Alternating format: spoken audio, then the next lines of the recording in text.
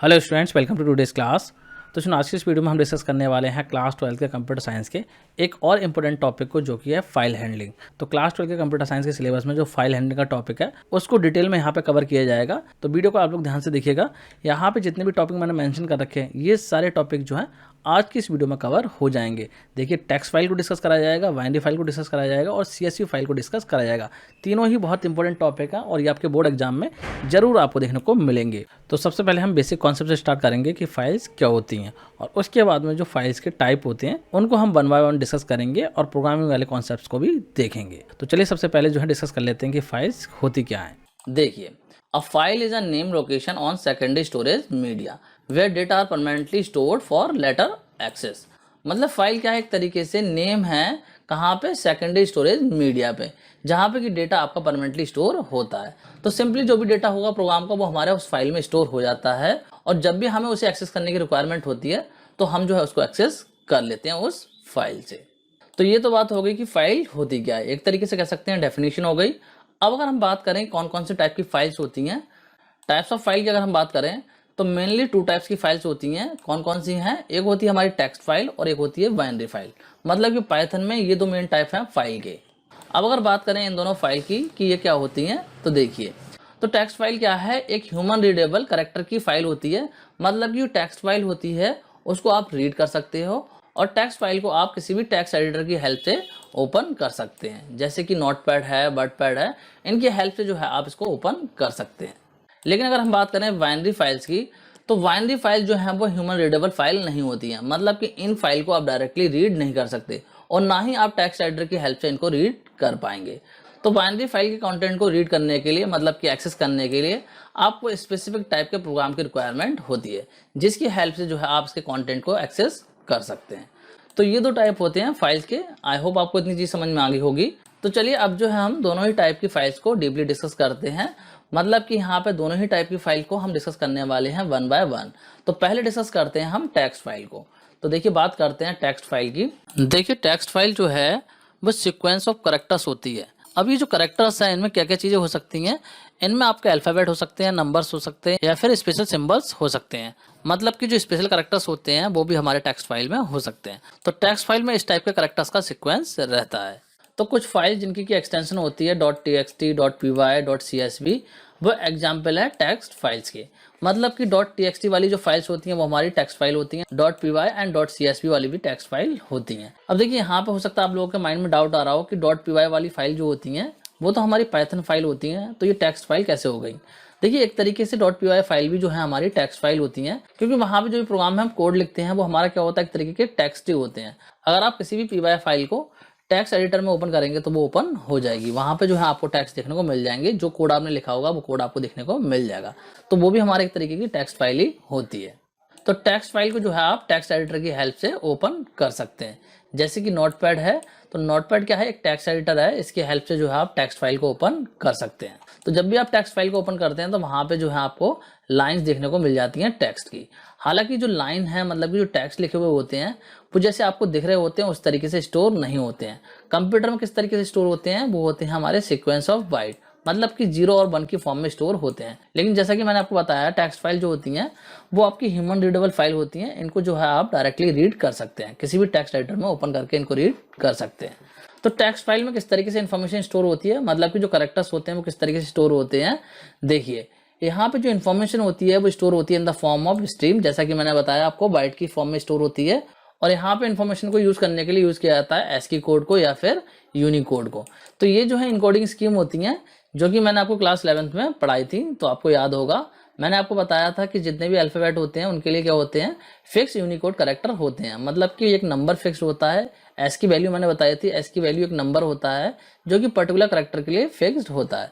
तो text file में जो इन्फॉर्मेशन है वो एस के कैरेक्टर्स की फॉर्म में ही स्टोर होती है, या फिर यूनिकोड कैरेक्टर की फॉर्म में हो सकती है। तो इस तरीके से टेक्स्ट फाइल में इन्फॉर्मेशन स्टोर होती है। एंड टेक्स्ट फाइल की हर एक लाइन जो है वो आपकी टर्मिनेट होती है स्पेशल कैरेक्टर से, जिसको कि बोलते हैं एंड ऑफ लाइन कैरेक्टर। मतलब एंड ऑफ लाइन कैरेक्टर से जो है हर लाइन आपकी एंड होती है। तो पाइथन में जो है default end of line character क्या होता है, न्यू लाइन कैरेक्टर, जिसको कि हम बोलते हैं बैकवर्ड स्लैश एन। ये जो हमारा default end of file character होता है। तो टेक्स्ट फाइल में जितनी भी लाइन होंगी वो आपकी बैकवर्ड स्लैश एन से एंड होंगी, मतलब कि लाइन जैसी कंप्लीट होगी कर्सर आपका नेक्स्ट लाइन में मूव हो जाएगा। इस तरीके से जो है आपकी लाइन एंड होती है, मतलब कि एंड ऑफ लाइन करेक्टर होता है हमारा बैकवर्ड स्लैश एन। अगर आप चाहो तो इसको चेंज भी कर सकते हो, मतलब कि जो एंड ऑफ लाइन करेक्टर है उसको चाहो तो आप चेंज भी कर सकते हो, लेकिन डिफॉल्ट करेक्टर क्या होता है मैंने आपको बताया, बैकवर्ड स्लैश एन होता है। तो आई होप आप लोगों को समझ में आ रहा होगा टेक्स्ट फाइल क्या होती है और किस तरीके से टेक्स्ट फाइल में डेटा स्टोर होता है। अब बात करते हैं टेक्स्ट फाइल के टाइप्स की। देखिए टाइप्स ऑफ टेक्स्ट फाइल, तो टेक्स्ट फाइल की जो है मेनली 2 टाइप होते हैं। कौन कौन से हैं? पहला है रेगुलर टेक्स्ट फाइल, सेकंड है डेलिमिटेड टेक्स्ट फाइल। तो अगर बात करें रेगुलर टेक्स्ट फाइल की, तो ये जो है आपकी कैसी फाइल होती है, मतलब कि ये सिंपल टेक्स्ट फाइल होती है जहाँ पे कि जैसा आप डेटा टाइप करते हैं उसी तरीके से आपको डिस्प्ले हो जाता है, और इनकी जो एक्सटेंशन होती है वो नॉर्मली आपकी .txt रहती है। मतलब कि इस एक्सटेंशन के साथ में जो भी फाइल होंगी वो हमारी रेगुलर टेक्स्ट फाइल होंगी। सिंपली कह सकते हैं कि जो भी हम टाइप करते हैं वो आपका उसी फॉर्म में स्टोर हो जाता है। तो ये होती है हमारी रेगुलर टेक्स्ट फाइल। अब अगर बात करें डेलिमिटेड टेक्स्ट फाइल की, तो यहाँ पे जो है स्पेसिफिक कैरेक्टर आपका स्टोर होता है वैल्यू को सेपरेट करने के लिए। मतलब क्या है, यहाँ पे जो वैल्यूज होती हैं उनको सेपरेट करने के लिए एक स्पेसिफिक कैरेक्टर यूज होता है, जैसे कि टैब हो सकता है या फिर कॉमा हो सकता है। मतलब हर वैल्यू के बाद में या तो टैब रहेगा या फिर कॉमा रहेगा। तो ऐसी जो फाइल होती है उनको बोलते हैं डेलिमिटेड टेक्स्ट फाइल। तो जब वैल्यू को सेपरेट करने के लिए टैब कैरेक्टर का यूज किया जाता है तो उसको बोलते हैं TSV फाइल्स, मतलब कि टैब सेपरेटेड वैल्यूज फाइल। मतलब कि जो वैल्यू सेपरेट होंगी वो आपकी टैब से होंगी, और इस टाइप की जो फाइल होंगी उनकी एक्सटेंशन .txt भी हो सकती है या फिर .csv हो सकती है। इसके अलावा जब वैल्यू को सेपरेट किया जाता है कॉमा से, मतलब कि जो वैल्यू है उनको सेपरेट करने के लिए कॉमा को यूज किया जाता है, तो उनको बोलते हैं CSV फाइल, मतलब कि कॉमा सेपरेटेड वैल्यू फाइल। तो ये जो फाइल होती है इनकी एक्सटेंशन रहती है .csv, मतलब कि यहाँ पे जो एक्सटेंशन रहेगी वो .csv ही रहेगी। तो CSV भी जो है वो एक तरीके की टेक्स्ट फाइल ही होती है। तो इसको भी हम इस चैप्टर में डिस्कस करेंगे कि CSV फाइल क्या होती है और किस तरीके से इनको क्रिएट करते हैं। अभी जो है हमने फिलहाल के लिए देख लिया कि टेक्स्ट फाइल क्या होती है और टेक्स्ट फाइल के कौन कौन से टाइप होते हैं, वो मैंने आपको यहाँ पे एक्सप्लेन कर दिए हैं। देखिए इसको और क्लियरली थोड़ा सा एग्जाम्पल से समझा देता हूँ। यहाँ पे देखिए ये कुछ फाइल्स हमारे सामने।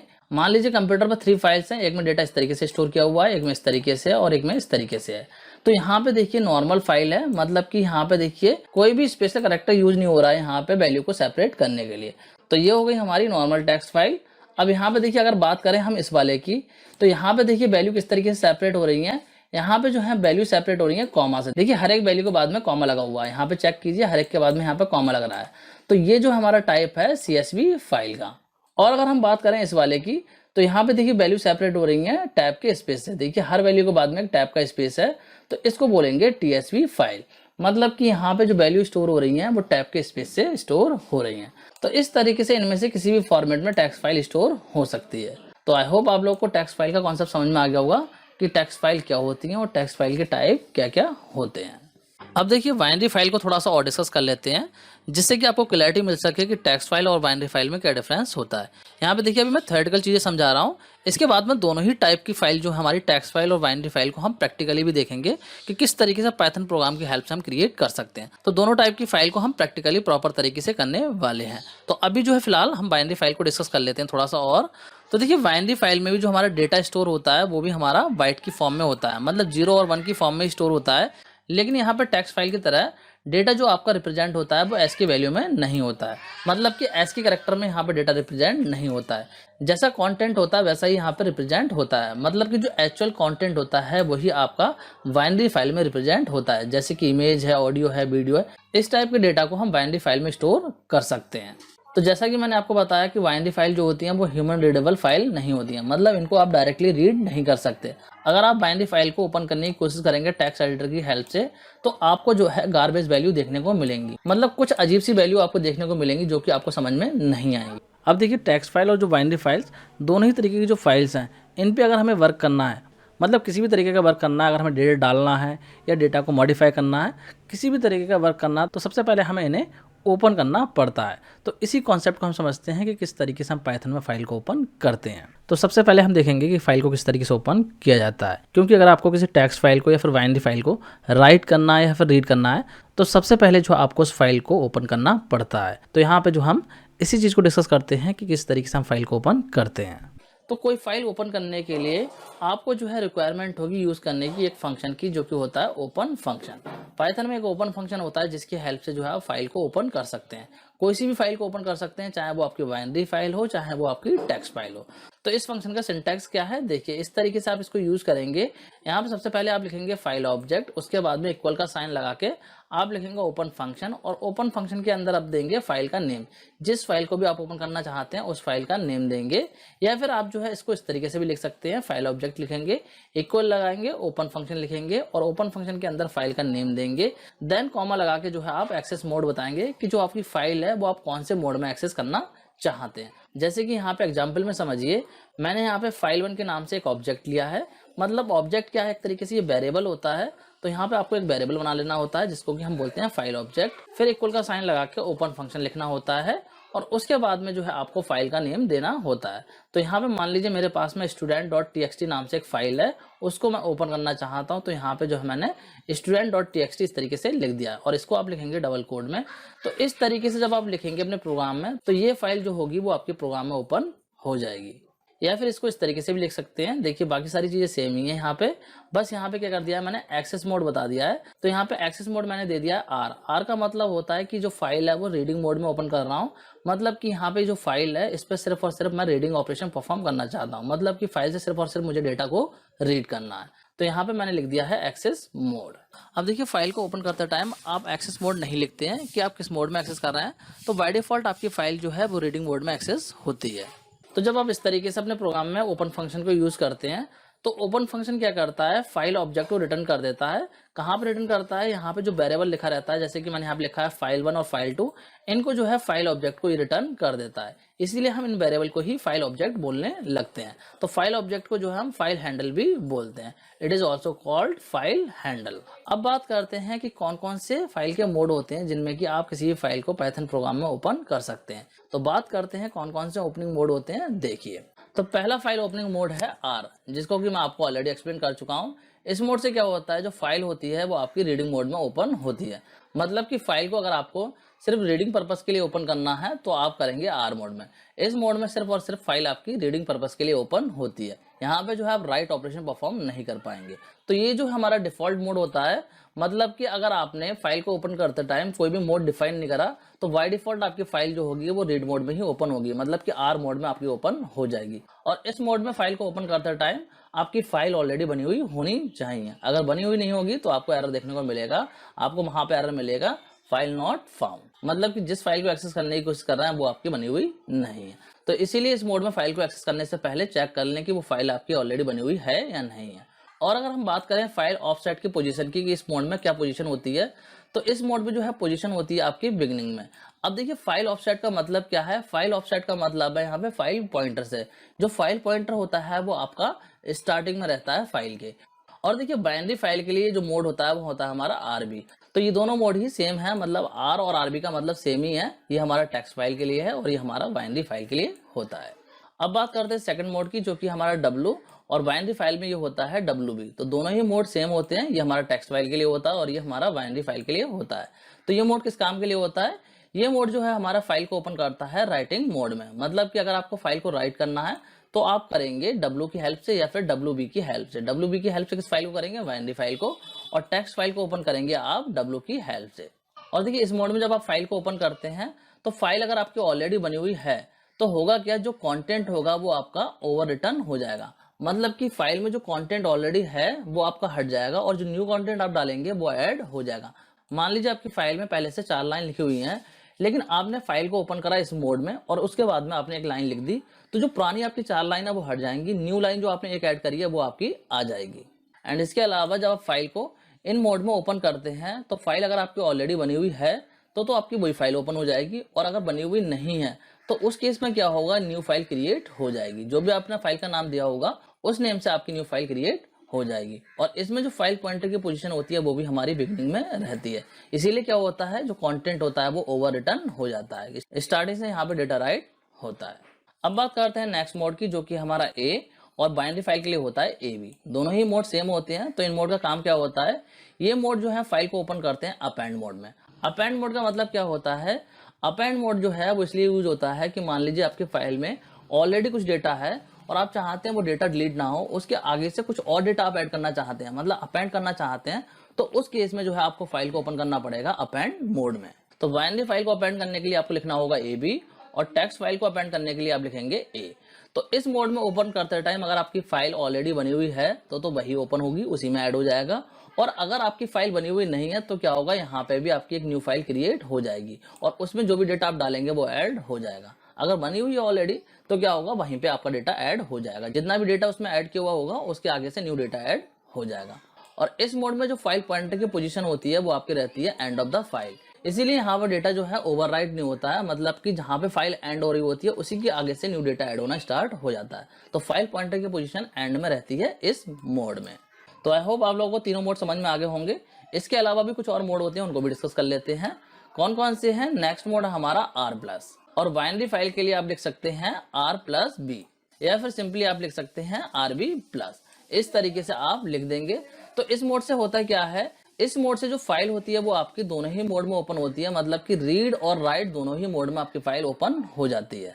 मतलब कि फाइल पे अगर आपको रीड और राइट दोनों ही ऑपरेशन परफॉर्म करने हैं तो आप एक बार में R+ लिख सकते हैं टेक्स्ट फाइल के लिए, और RB+ लिख सकते हैं बाइनरी फाइल के लिए। तो इससे क्या होगा, जो आपकी फाइल होगी वो रीड और राइट दोनों ही मोड में ओपन हो जाएगी। और इस मोड में फाइल को ओपन करते टाइम आपको ध्यान रखना है कि फाइल आपकी ऑलरेडी क्रिएट की हुई होनी चाहिए। अगर क्रिएट की हुई नहीं होगी तो पाइथन जो है आपको एरर देगा। तो इस मोड में हम रीडिंग और राइटिंग दोनों ही ऑपरेशन परफॉर्म कर सकते हैं। अगर बात करें फाइल पॉइंटर की तो यहाँ पे हमारा बिगनिंग में रहता है। अब बात करते हैं नेक्स्ट मोड की, जो कि होता है W+, और बाइनरी फाइल के लिए आप लिख सकते हैं W+B, या फिर सिंपली आप लिख सकते हैं WB+। यहाँ पे प्लस लगना रह गया है, यहाँ पे आप प्लस लगा लेना WB+। इस तरीके से जो है आप बाइनरी फाइल में लिख सकते हैं। तो इस मोड से क्या होता है, इस मोड से भी आपकी जो फाइल होती है वो रीड और राइट दोनों ही मोड में ओपन हो जाती है। तो इस मोड में जब आप फाइल को ओपन करते हैं तो फाइल अगर आपकी ऑलरेडी बनी हुई है तो कंटेंट जो भी होगा वो आपका ओवर रिटर्न हो जाएगा। मतलब कि अगर आप कोई न्यू डेटा ऐड करेंगे तो वहां पे जो कंटेंट पहले से है वो आपका हट जाएगा, जो न्यू कंटेंट आपने ऐड करा होगा वो वहां पे ऐड हो जाएगा।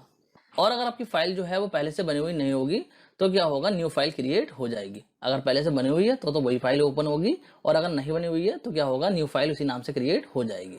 तो इस मोड में भी जो है आप रीडिंग और राइटिंग दोनों ही ऑपरेशन परफॉर्म कर सकते हैं। इस मोड में भी जो फाइल पॉइंटर की पोजीशन होती है वो आपकी रहती है बिगिनिंग ऑफ द फाइल। अब बात करते हैं नेक्स्ट मोड की, जो कि होता है A+, और बाइनरी फाइल के लिए होता है आपका A+B, या फिर सिंपली आप लिख सकते हैं AB+। इस तरीके से जो आप बाइनरी फाइल के लिए लिख सकते हैं। तो इस मोड से क्या होता है, इस मोड से जो है आपकी फाइल ओपन होती है अपेंड मोड में, और डेटा को आप रीड राइट कर सकते हैं। मतलब कि आप चाहते हैं फाइल को रीड राइट मोड में ओपन करना, और आप चाहते हैं जो भी डेटा वहां पे ऐड किया जाए वो अपेंड हो, मतलब कि फाइल में जो डेटा ऑलरेडी है वो आपका डिलीट ना हो, वो क्या हो, आपका फाइल में ऐड हो जाए। तो इसके लिए आपको ओपन करना पड़ेगा फाइल को AB+ मोड में बाइनरी फाइल के लिए, और A+ मोड में ओपन करना पड़ेगा टेक्स्ट फाइल के लिए। तो इस मोड में फाइल को ओपन करते टाइम अगर आपकी फाइल ऑलरेडी क्रिएट की हुई नहीं है तो आपकी एक न्यू फाइल क्रिएट हो जाएगी। अगर ऑलरेडी है तो आपकी वही फाइल ओपन होगी, और अगर नहीं है तो वहां पे क्या होगा, न्यू फाइल क्रिएट हो जाएगी। और इस मोड में जो है फाइल पॉइंटर की पोजीशन रहती है एंड ऑफ द फाइल, मतलब फाइल के एंड में जो है आपका पॉइंटर रहता है, इसलिए यहाँ पर डेटा जो है वो अपेंड हो जाता है। तो ये जो हमने फाइल ओपनिंग मोड डिस्कस कर लिए हैं, इनको आप लोग अच्छे से याद कर लेना, क्योंकि इन पे बेस भी क्वेश्चन बोर्ड एग्जाम में बन जाता है, तो इसीलिए बहुत ज्यादा इंपॉर्टेंट है, इसको अच्छे से समझ लीजिए। अब बात करते हैं कि फाइल को हम किस तरीके से क्लोज कर सकते हैं। तो देखिए, किसी भी फाइल को जब आप ओपन कर लेते हैं और उसके बाद में कोई भी रीड राइट ऑपरेशन आप उस पर परफॉर्म कर लेते हैं, तो उसके बाद जो है आपको फाइल को क्लोज करने की रिक्वायरमेंट होती है, मतलब कि आपको फाइल को क्लोज करना चाहिए। तो क्लोज करने के लिए पाइथन में होता है क्लोज मेथड। इस क्लोज मेथड की हेल्प से जो है आप फाइल को क्लोज कर सकते हैं। तो जैसे ही आप फाइल को क्लोज करते हैं तो क्लोज मेथड क्या करता है, जो भी उस फाइल ने मेमोरी ले रखी होती है वो उस मेमोरी को फ्री कर देता है। मतलब कि हमारी फाइल जो है क्लोज हो जाती है, तो वहां पे जो मेमोरी ले रखी है रैम पे, उस मेमोरी को फ्री कर देता है। तो यही काम होता है क्लोज फंक्शन का। तो किस तरीके से इसको यूज करते हैं, देखिए यहाँ पे सिंटैक्स समझ लीजिए। फाइल को क्लोज करने के लिए आपको क्या करना होगा, सबसे पहले तो आपको फाइल ऑब्जेक्ट को लिखना पड़ेगा। और फाइल ऑब्जेक्ट कौन सा लिखेंगे, जो आपने फाइल को ओपन करते टाइम क्रिएट करा था, वही फाइल ऑब्जेक्ट यहाँ पे हम लिखेंगे। उसके बाद में डॉट लगा के हम लिख देंगे क्लोज मेथड। तो इस तरीके से लिखने से क्या होगा, जो आपकी फाइल होगी वो क्लोज हो जाएगी। जैसे कि मैंने यहाँ पे लिखा है file1 डॉट क्लोज, मतलब कि file1 जो है वो हमारे ऑब्जेक्ट का नेम हो, और यहाँ पे क्लोज हमने मेथड यूज करा है फाइल को क्लोज करने के लिए। तो आई होप आप लोग को समझ में आ गया होगा किस तरीके से आप फाइल को क्लोज कर सकते हैं। अब देखिए, फाइल को ओपन करने की एक और तरीके की बात करते हैं। कौन सा तरीका है, देखिए opening a file using with clause. तो देखिए विद क्लॉज की हेल्प से जो है आप फाइल को ओपन कर सकते हैं। किस तरीके से करेंगे देखिए, विद क्लॉज से फाइल को ओपन करने के लिए सबसे पहले आपको लिखना होगा विद, उसके बाद ओपन फंक्शन लिखेंगे और ओपन फंक्शन में आपकी सारी चीजें सेम ही रहेंगी। यहाँ पे आप फाइल का नेम लिखेंगे और उसकी एक्सटेंशन देंगे। देन जो है आप यहाँ पे एक्सेस मोड भी बताएंगे एंड इसके बाद जो है आप यहाँ पे लिखेंगे एज जो यहाँ पे कीवर्ड है जिसको कि आपको यहाँ पे ऐसे ही लिखना पड़ेगा और उसके बाद जो है आप यहाँ पे फाइल ऑब्जेक्ट देंगे। जो फाइल ऑब्जेक्ट हम यहाँ पे बना रहे थे वो आपको यहाँ पे लिखना पड़ेगा। तो ये एक तरीके का वेरिएबल है जिसको कि हम फाइल ऑब्जेक्ट बोल रहे हैं।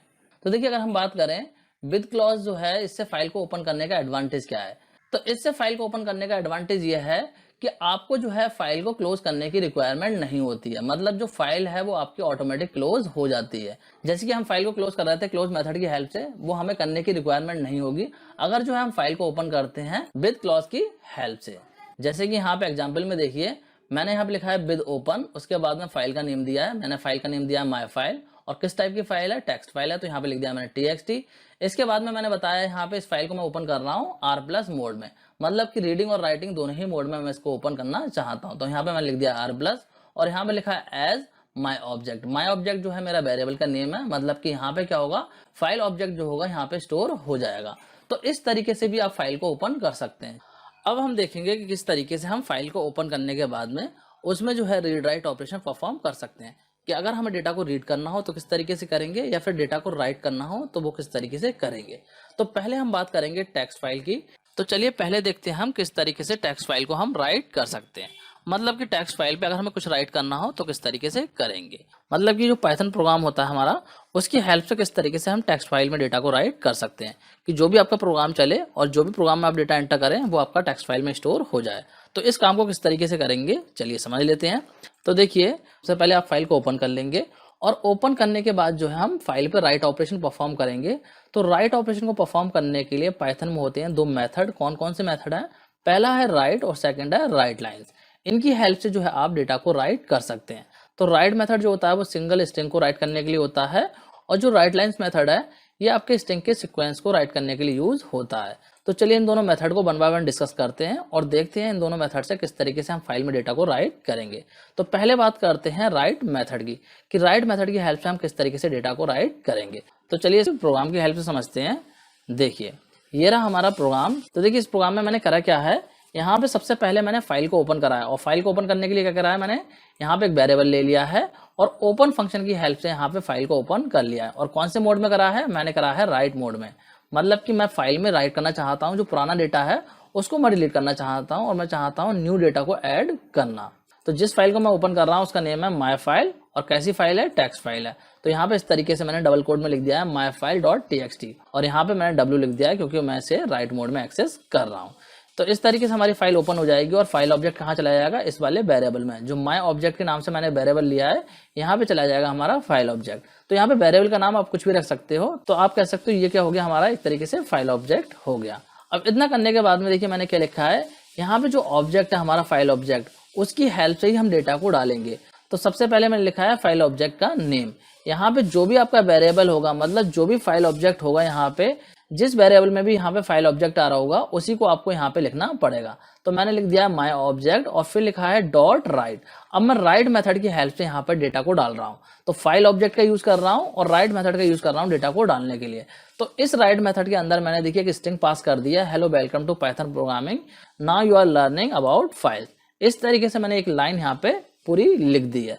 तो ये लाइन क्या है, एक पूरी स्ट्रिंग है। इस तरीके से मैंने यहाँ पे एक पूरी स्ट्रिंग पास कर दिया और लास्ट में देखिए मैंने यहाँ पे बैकवर्ड स्लैश एन लगा दिया है। मैंने आपको बताया था कि इसमें जो है आपको लाइन के एंडिंग को इंडिकेट करने के लिए बैकवर्ड स्लैश एन लगाना पड़ता है। तो इसलिए यहाँ पे मैंने लगा दिया बैकवर्ड स्लैश एन कि ये लाइन मेरी यहाँ पे एंड हो गई है। इसके बाद में यहाँ पे मैंने सेम चीज करी है, दोबारा से मैंने ऑब्जेक्ट को लिया है और राइट मेथड का यूज करते हुए एक और लाइन यहाँ पे राइट कर दिया और इसकी भी लाइन के एंड में मैंने लिख दिया बैकवर्ड स्लैश एन। तो यहाँ पे भी हमारी क्या होगी, लाइन इस तरीके से एंड हो जाएगी। और लास्ट में देखिए मैंने फाइल को क्लोज कर दिया है। तो फाइल भी हमारी किससे क्लोज होती है, जो भी ऑब्जेक्ट यहाँ पे रहता है उसके साथ ही क्लोज होती है। मतलब कि क्लोज मेथड को हम यहाँ पे लगा देते हैं उस ऑब्जेक्ट के साथ में। इस तरीके से मैंने फाइल को क्लोज कर दिया है।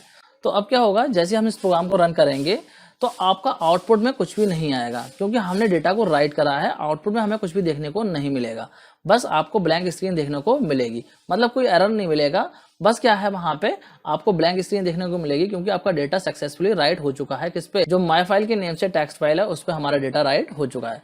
तो जैसे ये प्रोग्राम रन होगा, आउटपुट में आपको कुछ भी देखने को नहीं मिलेगा, लेकिन आपकी एक न्यू फाइल क्रिएट हो जाएगी। किस नाम से होगी, myfile.txt के नाम से एक न्यू फाइल क्रिएट हो जाएगी। और ये फाइल कहाँ पे क्रिएट होगी, जहाँ पे भी आपका प्रोग्राम सेव किया हुआ होगा वहां पे ये फाइल आपकी क्रिएट हो जाएगी। अगर आप यहाँ पे लोकेशन देते हैं, मतलब कि पाथ डिफाइन कर देते हैं कि ये फाइल जो है कहाँ पे क्रिएट हो, तो फिर ये फाइल जो है उस लोकेशन पे क्रिएट हो जाएगी। अगर आपकी ये फाइल ऑलरेडी बनी हुई होगी तो वहां पे न्यू फाइल क्रिएट नहीं होगी। उस केस में क्या होगा, जो डेटा होगा इस फाइल के अंदर वो आपका हट जाएगा और जो डेटा हमने यहाँ पे डाला है वो ऐड हो जाएगा। तो क्या डेटा आएगा इस फाइल के अंदर, देखिए इस तरीके से हमारा डेटा इसमें ऐड हो जाएगा। इस फाइल में हमें देखने को मिलेगा, hello welcome to Python programming, now you are learning about file.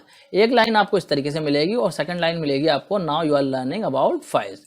इस तरीके से दो लाइन आपको देखने को मिल जाएंगी टेक्स्ट फाइल में। अब अगर देखिए फर्स्ट लाइन के बाद में अगर मैं यहाँ पे एंड में बैकवर्ड स्लैश एन लगाऊं तो क्या होगा, ये हमारी पूरी एक ही लाइन बन जाएगी, मतलब कि ये वाली लाइन भी इसी में ऐड हो जाएगी। तो इसीलिए जब लाइन आपकी एंड हो जाती है तो उसके एंड में आपको बैकवर्ड स्लैश लगाना पड़ता है। तो इस तरीके से आपको यहाँ पे इंडिकेट करना पड़ता है। तो ये तो हमने डिस्कस कर लिया राइट मेथड, कि राइट मेथड का यूज करके किस तरीके से हम टेक्स्ट फाइल में डेटा को एंटर कर सकते हैं। अब बात करते हैं राइट लाइन्स मेथड की, कि राइट लाइन्स मेथड का यूज करके हम किस तरीके से फाइल में डेटा डाल सकते हैं। चलिए प्रोग्राम की हेल्प से समझते हैं। यहाँ पे देखिए रहा प्रोग्राम। तो इस प्रोग्राम में देखिए मैंने क्या करा है, यहाँ पे जो है मैंने फाइल को ओपन करा है। कौन से मोड में ओपन करा है, राइट मोड में ओपन करा है। और हमारी फाइल का नाम क्या है, माई फाइल। और कैसी फाइल है, टेक्स्ट फाइल है। तो इसको ओपन मेथड की हेल्प से हमने ओपन करा है। तो फाइल ऑब्जेक्ट हमारा कहाँ आ गया है, फाइल वन वाले वेरिएबल में। जो फाइल वन के नाम से वेरिएबल है ये हमारा एक तरीके से फाइल ऑब्जेक्ट हो गया है। अब देखिए यहाँ पे जो स्टूडेंट के नाम से मैंने एक लिस्ट बनाई है और इस लिस्ट के अंदर जो है मैंने स्टूडेंट के नेम दे दिए हैं, जो कि हमारे एलिमेंट्स हैं इस लिस्ट के। यहाँ पे देखिए मैंने रोहन कर दिया है, यहाँ पे सोहन कर दिया है, यहाँ पे अजय कर दिया है। इस तरीके से जो है मैंने यहाँ पे नेम दे दिए हैं। और इसके बाद जो है मैंने यहाँ पे राइट लाइन्स मेथड की हेल्प से इस लिस्ट को जो है राइट कर दिया है। कहाँ पे, माई फाइल के नाम से जो टेक्स्ट फाइल है उसमें हमने इसको राइट कर दिया है। एंड लास्ट में जो हमने फाइल को क्लोज कर दिया है। तो इस प्रोग्राम को रन करेंगे तो आउटपुट क्या आएगा, आउटपुट आपका कुछ भी नहीं आएगा।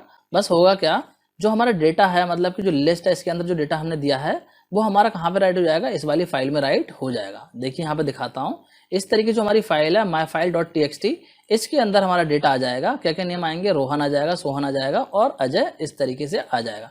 मतलब कि यहाँ पे जो एलिमेंट्स हैं वो हमारे इस तरीके से राइट हो जाएंगे। तो ये एडवांटेज है राइट लाइन्स मेथड का। इसका काम यही होता है कि मल्टीपल लाइन्स को आप एक ही बार में राइट कर सकते हैं। देखिए यहाँ पे जो हमारी मल्टीपल लाइन्स एक बार में राइट हो गई हैं। अब हो सकता है यहाँ पे कंफ्यूजन हो रहा हो कि यहाँ पे जो लिस्ट है हमारी उसके एलिमेंट इस तरीके से दे रखे हैं, तो यहाँ पे मल्टीपल लाइन में क्यों आ रहा है। तो यहाँ पे इसलिए आ रहा है क्योंकि यहाँ पे देखिए जो भी एलिमेंट एंटर करे हैं मैंने उसके बाद में बैकवर्ड स्लैश एन लगा दिया है। मतलब कि जो एलिमेंट है वो सब नेक्स्ट लाइन में ऐड किए हुए हैं। तो इसीलिए जब हमने राइट लाइन्स मेथड के अंदर स्टूडेंट को पास करा है, मतलब लिस्ट को पास करा है, तो यहाँ पे ये मेथड क्या कर रहा है, एक एक लाइन को यहाँ पे राइट करता जा रहा है। तो अब जो हमने डिस्कस कर लिया कि किस तरीके से हम टेक्स्ट फाइल को राइट कर सकते हैं, मतलब कि टेक्स्ट फाइल में किस तरीके से हम पाइथन प्रोग्राम की हेल्प से डेटा को राइट कर सकते हैं। तो यहाँ पे हमने देखा कि किस तरीके से हम राइट मेथड का यूज करके डेटा को राइट कर सकते हैं और किस तरीके से जो हम राइट लाइन्स मेथड का यूज करके डेटा को राइट कर सकते हैं। अब बात करते हैं कि किस तरीके से हम टेक्स्ट फाइल से डेटा को रीड कर सकते हैं। तो रीड करने के लिए जो पाइथन है वो आपको ऑफर करता है कुछ मेथड्स को। कौन कौन से मेथड है, यहाँ पे देखिए सारे मेथड होते हैं। कौन कौन से हैं, रीड है, रीड लाइन है और रीड लाइन्स है। इन मेथड्स की हेल्प से जो है आप टेक्स्ट फाइल के कंटेंट को रीड कर सकते हैं। तो चलिए तीनों मेथड को वन बाय वन डिस्कस करते हैं और देखते हैं कि इन मेथड्स की हेल्प से हम किस तरीके से टेक्स्ट फाइल के कंटेंट को रीड करेंगे। तो पहले बात करते हैं रीड मेथड की। देखिए यहाँ पे समझते हैं। तो मान लीजिए कि हमारे पास में इन्फो के नाम से एक टेक्स्ट फाइल है और इस टेक्स्ट फाइल के अंदर ये डेटा है। यहाँ पे इस फाइल के अंदर 4 लाइन है। तो अगर इस फाइल के कंटेंट को मुझे पाइथन प्रोग्राम की हेल्प से रीड करना है तो किस तरीके से करूँगा, चलिए मैं यहाँ पे आपको प्रोग्राम दिखाता हूँ। ये देखिए रहा प्रोग्राम। तो रीड करने के लिए मैंने करा क्या है, सबसे पहले फाइल को ओपन कर लिया है। जैसे कि हम ओपन करते हैं, सिंपली हम क्या करते हैं, एक वेरिएबल लेते हैं और उसके बाद में यहाँ पे ओपन मेथड की हेल्प से फाइल को ओपन कर लेते हैं। और ओपन करते टाइम आपको मोड कौन सा लगाना है, रीड मोड आपको यहाँ पे लगाना है। तो इस तरीके से आपको फाइल को ओपन कर लेना है और उसके बाद में जो ऑब्जेक्ट है उसकी हेल्प से हम क्या करेंगे, यहाँ पे रीड मेथड को अप्लाई कर देंगे। तो यहाँ पे मैंने लिख दिया है माई ऑब्जेक्ट डॉट रीड। क्योंकि मेरा जो ऑब्जेक्ट है उसका नाम है माई ऑब्जेक्ट, तो यहाँ पे मैंने लिख दिया माई ऑब्जेक्ट डॉट रीड, और यहाँ पे देखिए रीड मेथड के अंदर मैंने क्या करा है 10 लिख दिया है, मतलब कि यहाँ पे आर्गुमेंट पास कर दिया है। तो यहाँ पे क्या होगा, जो रीड मेथड है इस वाली फाइल में से 10 बाइट का ही डेटा रीड करेगा। अगर आप यहाँ पे इस तरीके से पैरामीटर डिफाइन कर देते हो, मतलब कि कोई भी नंबर जो है आप रीड मेथड में दे देते हैं, तो उतनी ही बाइट का डेटा जो है रीड मेथड फाइल से रीड करता है। इसके बाद देखिए मैंने लास्ट में क्या करा है, फाइल को क्लोज कर दिया है। तो इस प्रोग्राम को चलने पे क्या होगा, इस वाली फाइल में से 10 बाइट का डेटा रीड हो जाएगा। अब देखिए जैसे ये प्रोग्राम चलेगा तो आउटपुट में आपको क्या मिलेगा, आउटपुट में आपको कुछ भी देखने को नहीं मिलेगा। क्यों नहीं मिलेगा, क्योंकि हमारा डेटा तो यहाँ पे रीड हो रहा है प्रोग्राम में, लेकिन जो डेटा यहाँ से रीड होकर इस प्रोग्राम में आ रहा है उसको हमने यहाँ पे प्रिंट तो करा ही नहीं है। मतलब कि हमें यहाँ पे प्रिंट करना पड़ेगा, या फिर हम चाहें तो यहाँ पे जो डेटा रीड हो रहा है उसको एक वेरिएबल में स्टोर कर सकते हैं और उस वेरिएबल को हम प्रिंट कर सकते हैं, या फिर डायरेक्टली आप क्या कर सकते हो, इस पूरे को प्रिंट फंक्शन के अंदर डाल सकते हो। तो फिर आपको यहाँ पे आउटपुट में देखने को मिल जाएगा 10 बाइट का डेटा। किस तरीके से करेंगे चलिए मैं आपको समझा देता हूँ। यहाँ पे देखिए इस काम को करने के लिए आपको करना क्या होगा, बाकी कोड आपका सेम ही रहेगा, बस आपको यहाँ पे क्या करना होगा, जो आप डेटा रीड कर रहे हैं उसको एक वेरिएबल में स्टोर कर लेंगे।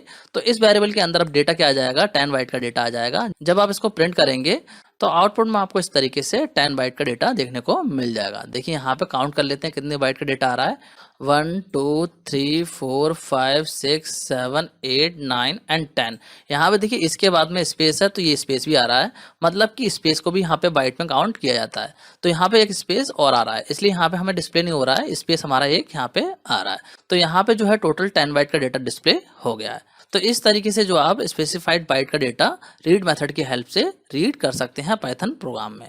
अब देखिए यहाँ पे एक चीज़ का ध्यान रखिए, अगर आप रीड मेथड के अंदर यहाँ पे कोई आर्ग्यूमेंट पास नहीं करते हैं, मतलब कोई भी नंबर आप यहाँ पे नहीं देते हैं, तो उस केस में क्या होगा, जो आपकी पूरी फाइल है वो रीड हो जाएगी, मतलब कि ये जो सारा डेटा है वो आपका रीड हो जाएगा। देखिए इसका भी एग्जाम्पल दिखा देता हूँ मैं आपको। यहाँ पे देखिए इस एग्जाम्पल को देखिए, यहाँ पे क्या करा है मैंने रीड करते टाइम, यहाँ पे रीड मेथड के अंदर देखिए मैंने कोई भी नंबर ऑफ बाइट डिफाइन नहीं करी है, मैंने यहाँ पे कोई भी नंबर नहीं दिया है। तो इस केस में क्या होगा, जो भी फाइल का डेटा है वो पूरा का पूरा रीड हो जाएगा। आउटपुट में आपको सारा डेटा देखने को मिलेगा, जितना भी फाइल के अंदर डेटा है वो सारा आपका रीड हो जाएगा। अब बात करते हैं रीड लाइन मेथड की, कि किस तरीके से रीड लाइन मेथड का यूज करके हम टेक्स्ट फाइल के डेटा को रीड कर सकते हैं। देखिए यहाँ पे समझते हैं। तो मान लीजिए मेरे पास में इन्फो के नेम से एक टेक्स्ट फाइल है और इस टेक्स्ट फाइल के अंदर ये डेटा है, मतलब कि यहाँ पे 4 लाइन लिखी हुई है। तो इन लाइंस को अगर मुझे रीड करना है रीड लाइन मेथड की हेल्प से, तो किस तरीके से करूंगा मैं, देखिए। तो देखिए रहा प्रोग्राम। तो प्रोग्राम में हमने सिंपली क्या करा है, फाइल को ओपन कर लिया है और फाइल को हमने रीड मोड में ओपन करा है। तो इस तरीके से हमने फाइल को ओपन कर लिया है। अब इसके बाद में देखिए मैंने क्या करा है, यहाँ पे रीड लाइन मेथड को लगाया है और रीड लाइन मेथड में मैंने यहाँ पे देखिए लिखा है 10। तो क्या होगा, 10 बाइट का डेटा यहाँ पे रीड हो जाएगा। कौन सी, फर्स्ट वाली लाइन से, ये जो लाइन है इससे रीड होगा, क्योंकि यहाँ पे रीड लाइन मेथड जो है एक ही लाइन से आपको डेटा को रीड करके देता है। तो जितनी बाइट आप यहाँ पे देंगे उसको जो है ये फर्स्ट लाइन से रीड करेगा, मतलब कि एक ही लाइन से ये रीड करेगा। तो यहाँ पे जो डेटा रीड होगा वो हमारे डेटा वाले वेरिएबल में आ जाएगा और डेटा वाले वेरिएबल को मैंने यहाँ पे प्रिंट कर दिया है। तो हमारा आउटपुट क्या आएगा, देखिए यहाँ पे इस तरीके से आ जाएगा, पाइथन इज। तो ये जो आउटपुट हमें मिला है वो हमें मिला है फर्स्ट वाली लाइन से, इस वाली लाइन से हमें मिला है। देखिए इसको और क्लियरली यहाँ पे नेक्स्ट प्रोग्राम में समझते हैं। यहाँ पे देखिए मैंने रीड करते टाइम क्या करा है, यहाँ पे दे दिया 80 बाइट, मतलब कि 80 बाइट का डेटा मुझे यहाँ पे रीड करना है। तो यहाँ पे इस फाइल में बात करें हम, तो जो 80 बाइट अगर रीड होंगी तो वो आपकी एक लाइन से ज़्यादा होंगी, मतलब कि 80 बाइट का डेटा रीड करने के लिए इसे दूसरी लाइन में जाना पड़ेगा। तो इस केस में होगा क्या, जो रीड लाइन मेथड है वो आपका नेक्स्ट लाइन में नहीं जाएगा, क्योंकि यहाँ पे जो है एक टाइम पे ये एक ही लाइन को रीड करता है। तो फर्स्ट वाली लाइन से ही ये डेटा को रीड करेगा। तो जितनी भी बाइट का डेटा होगा फर्स्ट वाली लाइन में उसी को ये रीड कर लेगा। तो फर्स्ट वाली लाइन जो है वो पूरी आ जाएगी, क्योंकि फर्स्ट वाली लाइन में 80 बाइट से कम डेटा है। तो इस तरीके से जो डेटा वाला वेरिएबल है वहाँ पे जो है फर्स्ट लाइन से जितनी भी बाइट है वो सारी आ जाएंगी। और यहाँ पे जो हमने डेटा वाले वेरिएबल को प्रिंट कर दिया तो यहाँ पे हमारे आउटपुट में फर्स्ट लाइन प्रिंट हो जाएगी। मतलब क्या है, यहाँ पे अगर आप बाइट देते हैं तो आपकी जो बाइट रीड करेगा वो उतनी ही करेगा जितनी कि फर्स्ट लाइन में है। तो जितनी भी बाइट एक लाइन में होंगी उन्हीं को ये रीड कर लेगा, नेक्स्ट लाइन में मूव नहीं करेगा, क्योंकि यहाँ पे जो है एंड में इसे बैकवर्ड स्लैश एंड मिल जाता है। तो मैंने आपको बताया जैसी न्यू लाइन कैरेक्टर आता है वहां पे ये एंड हो जाता है, मतलब कि रुक जाता है। और देखिए अगर आप इस मेथड में कोई आर्गुमेंट डिफाइन नहीं करते हैं, मतलब कि आपको यहाँ पे नंबर नहीं देते हैं, तो उस केस में क्या होगा, ये बाय डिफॉल्ट आपकी फर्स्ट लाइन को ही रीड करेगा, जो पहली वाली लाइन होगी उसी को ये रीड कर लेगा। देखिए यहाँ पे जो है मैं आपको इसका एग्जाम्पल दिखा देता हूँ। देखिए ये रहा इसका एग्जाम्पल। तो यहाँ पे इस प्रोग्राम में जब मैंने फाइल को रीड करा है तो यहाँ पे देखिए मैंने कोई भी आर्गुमेंट नहीं दिया है, मतलब कोई भी नंबर यहाँ पे डिफाइन नहीं करा है।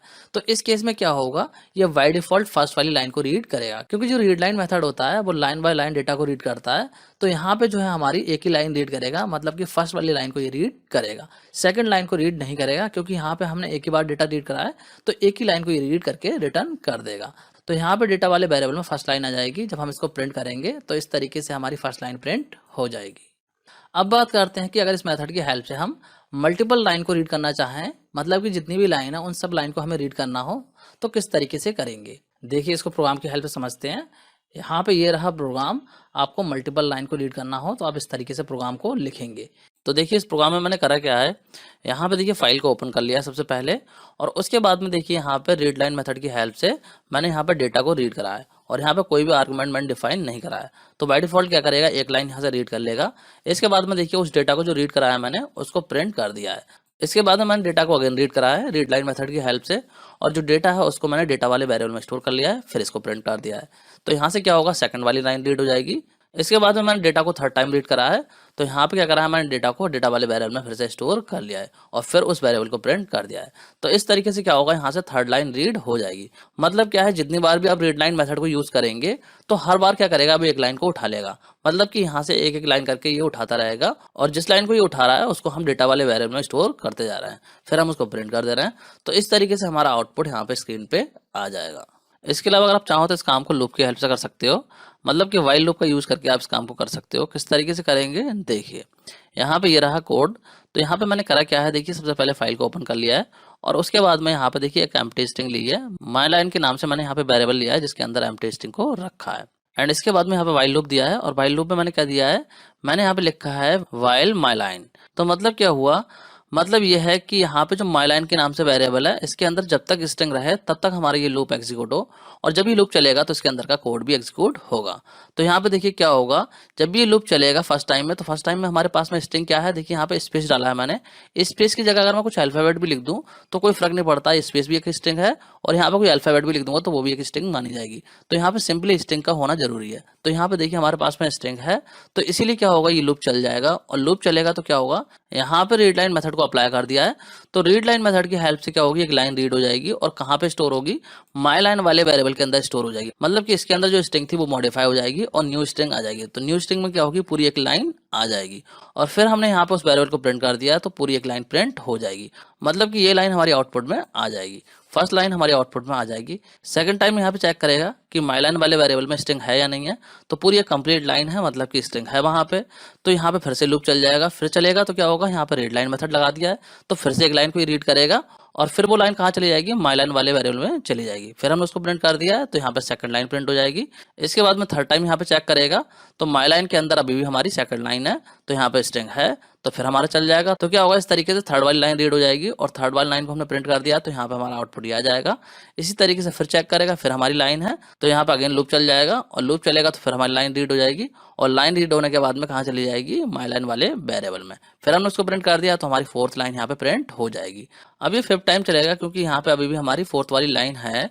तो यहाँ पे फिफ्थ टाइम के चलने पे होगा क्या, यहाँ पे देखिए रीड लाइन हमने फिर से यूज करा हुआ है, तो इस केस में होगा क्या, यहाँ पे कोई लाइन बची नहीं है, मतलब कि सारी लाइन हमने रीड कर ली है, तो यहाँ पे कुछ भी इसके अंदर पास नहीं करेगा। तो जब यहाँ पे कुछ भी पास नहीं करेगा तो यहाँ पे आउटपुट में हमारा कुछ भी नहीं आएगा। तो इस तरीके से नेक्स्ट टाइम हमारा लूप चलेगा नहीं, क्योंकि जो मायलाइन वाला वेरिएबल है इसके अंदर कुछ भी नहीं बचा, मतलब कोई एम्प्टी स्ट्रिंग नहीं बची है, क्योंकि यहाँ से जो है इसे कोई भी स्ट्रिंग नहीं मिली है, तो इसीलिए हमारा ये नहीं चलेगा। तो फाइनली हमारी लाइन मिल जाएंगी, इस तरीके से हमें 4 लाइन आउटपुट में देखने को मिल जाएंगी। तो इस तरीके से जो ये प्रोग्राम वर्क करेगा। अब बात करते हैं अगले मेथड की, जो कि है रीड लाइंस। देखिए वो था हमारा रीड लाइन, यह है रीड लाइंस। तो इस मेथड की बात करते हैं कि इस मेथड की हेल्प से हम किस तरीके से टेक्स्ट फाइल के कंटेंट को रीड कर सकते हैं।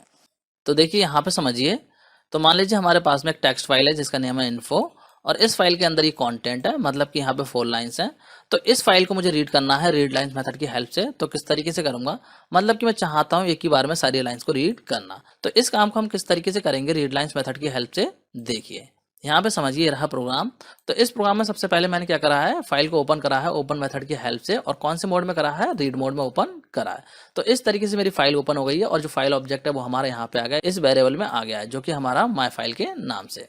अब देखिए यहाँ पे फाइल ऑब्जेक्ट के साथ मैंने लगा दिया है रीड लाइंस मेथड। तो ये मेथड क्या करेगा, यहाँ से सारी की सारी लाइंस को रीड कर लेगा और कहाँ पे स्टोर कर देगा, इस एस वाले वेरिएबल में स्टोर कर देगा। मतलब कि जो एस वाला वेरिएबल है यहाँ पे हमारा पूरा का पूरा कंटेंट आ जाएगा और कंटेंट कौन सी फॉर्म में आएगा, लिस्ट की फॉर्म में आएगा। मतलब कि एस वाले वेरिएबल के अंदर पूरी एक लिस्ट बन के आ जाएगी और उस लिस्ट के अंदर जो है बैकवर्ड स्लैश एन भी रहेगा। मतलब कि जो न्यू लाइन कैरेक्टर है वो भी रहेगा, क्योंकि इस फाइल में देखिए क्या हो रहा है, यहाँ पे एक लाइन एंड हो रही है तो यहाँ पे क्या होगा कि न्यू लाइन कैरेक्टर ऐड हो जाएगा। मतलब कि जो बैकवर्ड स्लैश एन है वो यहाँ पे आएगा और इसके बाद में यहाँ पे आएगा, फिर यहाँ पे आएगा और इसके बाद में यहाँ पे आएगा।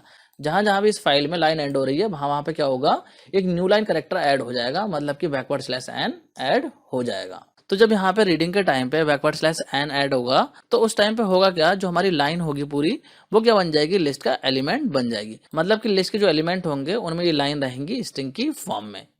तो जब हम यहाँ पे एस वाले वेरिएबल को प्रिंट करेंगे तो आउटपुट क्या आएगा, देखिए इस तरीके से आउटपुट आ जाएगा। और यहाँ पे आप लोग चेक कर सकते हैं जो आउटपुट आ रहा है वो लिस्ट की फॉर्म में आ रहा है। देखिए यहाँ पे ब्रैकेट लगी हुई आ रही है और यहाँ पे ब्रैकेट लगी हुई आ रही है। और देखिए जहां जहां पे भी लाइन एंड हो रही है वहां पे आ रहा है हमारा बैकवर्ड स्लैश एन। यहाँ पे चेक कर सकते हैं, यहाँ चेक कर सकते हैं, यहाँ चेक कर सकते हैं और लास्ट में देखिए यहाँ पे आ रहा है। तो देखिए जहां जहां भी लाइन एंड हो रही है तो वहां पे क्या हो रहा है, ये पूरी लाइन क्या हो रही है, एक स्ट्रिंग बन रही है। आप लोग चेक कर सकते हैं यहाँ पे देखिए, यहाँ से लेके यहाँ तक एक स्ट्रिंग है और यहाँ से लेके यहाँ तक एक स्ट्रिंग है। मतलब कि जहाँ पे भी बैकवर्ड स्लैश एंड हो रहा है वहां तक पूरा एक स्ट्रिंग बन जा रही है। मतलब कि इस तरीके से इस लिस्ट की बात करें हम तो इस लिस्ट में जो है टोटल 4 एलिमेंट है। आप लोग काउंट कर सकते हैं। देखिए एक एलिमेंट ये हो गया, एक हमारा ये हो गया और एक यहाँ से यहाँ तक है आपका, मतलब यहाँ तक है और एक ये हो गया। तो इस तरीके से टोटल 4 एलिमेंट है जो कि हमारे स्ट्रिंग टाइप के यहाँ पे हैं। तो इस तरीके से जो है read lines method text file से कंटेंट को रीड करके उसको लिस्ट की फॉर्म में रिटर्न करता है। तो स्टूडेंट अब जो हमने टेक्स्ट फाइल से रिलेटेड सारी चीजें डिस्कस कर ली हैं, अब जो हम डिस्कस करेंगे बाइनरी फाइल्स को। तो देखिए पाइथन में जो है पिकल मॉड्यूल को बनाया गया है बाइनरी फाइल से डील करने के लिए। तो पिकल मॉड्यूल जो है वो आपको 2 मेथड प्रोवाइड करता है, डंप एंड लोड, जिसकी हेल्प से आप बाइनरी फाइल पे वर्क कर सकते हैं। मतलब कि बाइनरी फाइल में पिकलिंग और अनपिकलिंग को आप इन मेथड्स की हेल्प से कर सकते हैं। सिंपल टर्म में अगर हम बात करें तो बाइनरी फाइल में डेटा को रीड और राइट करने के लिए डंप और लोड मेथड का यूज किया जाता है। तो चलिए बात करते हैं कि इस तरीके से हम डंप मेथड का यूज करके बाइनरी फाइल को राइट कर सकते हैं। तो चलिए इसको प्रोग्राम की हेल्प से समझते हैं। यहाँ पे देखिए समझते हैं, मान लीजिए मेरे पास में बाइनरी फाइल है, उसमें जो है मुझे एक लिस्ट को राइट करना है। मतलब कि लिस्ट टाइप के ऑब्जेक्ट को जो है मुझे वहां पे डंप करना है फाइल के अंदर। तो यहाँ पे किस तरीके से करूंगा मैं, देखिए सबसे पहले इस काम को करने के लिए मुझे क्या करना होगा, पिकल मॉड्यूल को इंपोर्ट करना होगा।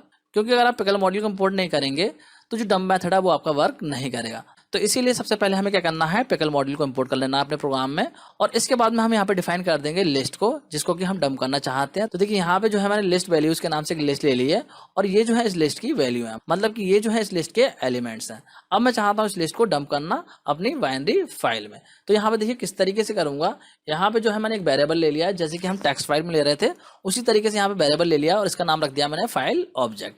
इसके बाद में देखिए ओपन फंक्शन लगाया है और ओपन फंक्शन में जो है मैंने बाइनरी फाइल को ओपन करा है। बाइनरी फाइल का नेम क्या दिया है मैंने, यहाँ पे दिया है माई बाइनरी डॉट डैट। डैट जो हमारी बाइनरी फाइल की एक्सटेंशन होती है, तो यहाँ पे हमने लिख दिया है डॉट डैट। इस तरीके से मैंने यहाँ पे बाइनरी फाइल का नेम दे दिया है और इसके बाद में यहाँ पे दे दिया है WB। तो WB का मतलब है यहाँ पे राइटिंग मोड में इस फाइल को ओपन कर रहा हूं मैं। और कैसी फाइल है, हमारी बाइनरी फाइल है। तो यहाँ पे होगा क्या, अगर माई बाइनरी के नाम से ऑलरेडी कोई फाइल बनी हुई है तो हमारी वही फाइल ओपन हो जाएगी और अगर बनी हुई नहीं है तो क्या होगा, एक न्यू फाइल क्रिएट हो जाएगी माई बाइनरी के नेम से। तो इस तरीके से यहाँ पे वर्क होगा और जो हमारा फाइल हैंडल होगा वो कहाँ चला जाएगा, फाइल ऑब्जेक्ट वाले वेरिएबल में चला जाएगा। तो इस तरीके से हम बोलेंगे इसको फाइल ऑब्जेक्ट। मतलब कि यहाँ पे जो वेरिएबल है हमारा, इसके अंदर क्या आ जाएगा, जो फाइल हैंडल है वो आ जाएगा। तो इसलिए हम इसको बोलने लगते हैं फाइल ऑब्जेक्ट। तो इसलिए यहाँ पे जो है मैंने इसका नेम ही फाइल ऑब्जेक्ट रख दिया है। आप अगर चाहो तो यहाँ पे वेरिएबल का नेम कुछ भी दे सकते हैं। मैंने यहाँ पे फाइल ऑब्जेक्ट रखा है, आप वेरिएबल का नेम कुछ भी रख सकते हो। फाइल ऑब्जेक्ट जो होगा वहां पे उस वेरिएबल में स्टोर हो जाएगा।